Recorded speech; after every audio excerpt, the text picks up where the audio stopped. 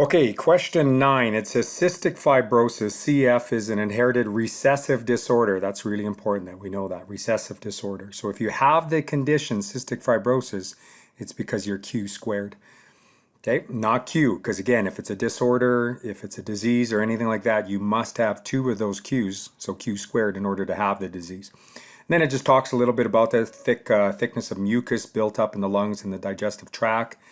Let's go on to this part. It says, among Caucasians, 1 out of every 3,000 babies are born with this condition.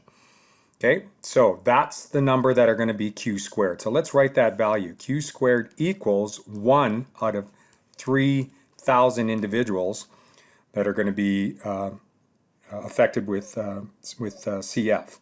So when you calculate that, Q equals, and again, be very careful with these zeros, 0.00333. That's your Q squared.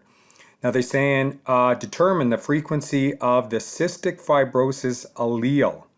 So allele is just single, and what they're asking for in this case is simply Q. Okay, so they just want a single Q. Now we got the Q squared value, we just determined that.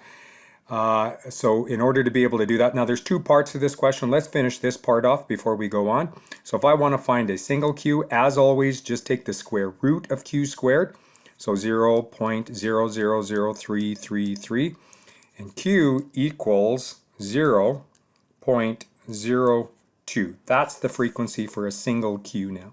And again, we had to use the square root to be able to find that. Now they're saying record your answer to 1 decimal place. Well, actually, that should be 2 decimal places. So if that's what you have in there, of course, that would be 0.0, so that's not going to work. So I thought we changed that in these, but obviously not. So it's going to be 2 decimal places, and that would be 0.02. There's our 2 decimal places.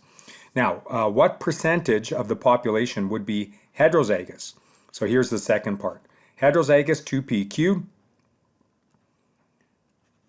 Okay, so what we have to do is we have to now take this answer and go find our p, which we've done many times now.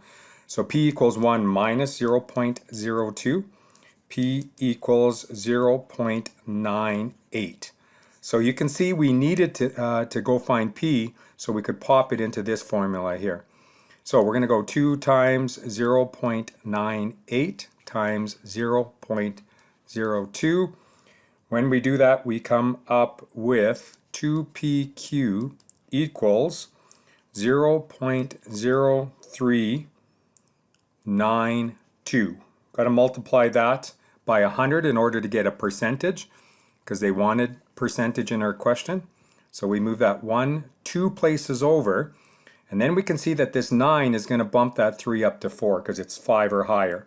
So we now know that 2pq equals, with this particular population they studied, 4% of the population is going to be heterozygous. Okay, any questions, just give me an email. Thanks, guys.